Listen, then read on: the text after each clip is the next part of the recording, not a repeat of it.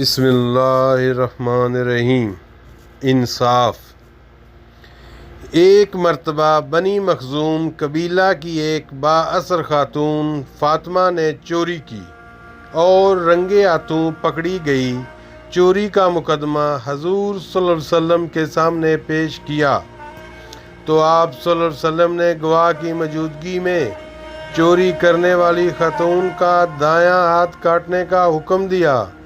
حضور صلی اللہ علیہ وسلم کے فیصلے کے بعد لوگوں نے اس بااثر خاتون کو بچانے کی کوشش شروع کر دی۔ اب سب سے بڑا مسئلہ یہ تھا کہ کوئی ایسا شخص دستیاب ہو جو اس خاتون کی حضور صلی اللہ علیہ وسلم سے سفارش کرے۔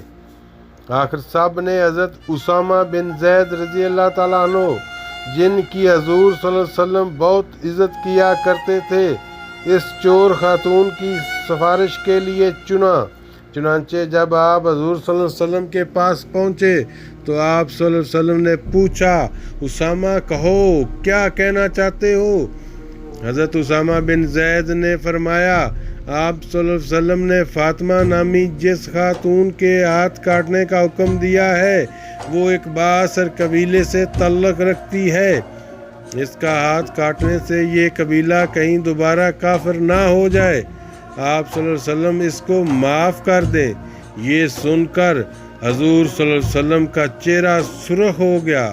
آپ صلی اللہ علیہ وسلم نے فرمایا، تم سے پہلے اقوام اسی لیے تباہ ہوئی تھی، جب ان میں سے کوئی چھوٹا آدمی جرم کرتا تو اس کی چشم پوشی کی جاتی تھی۔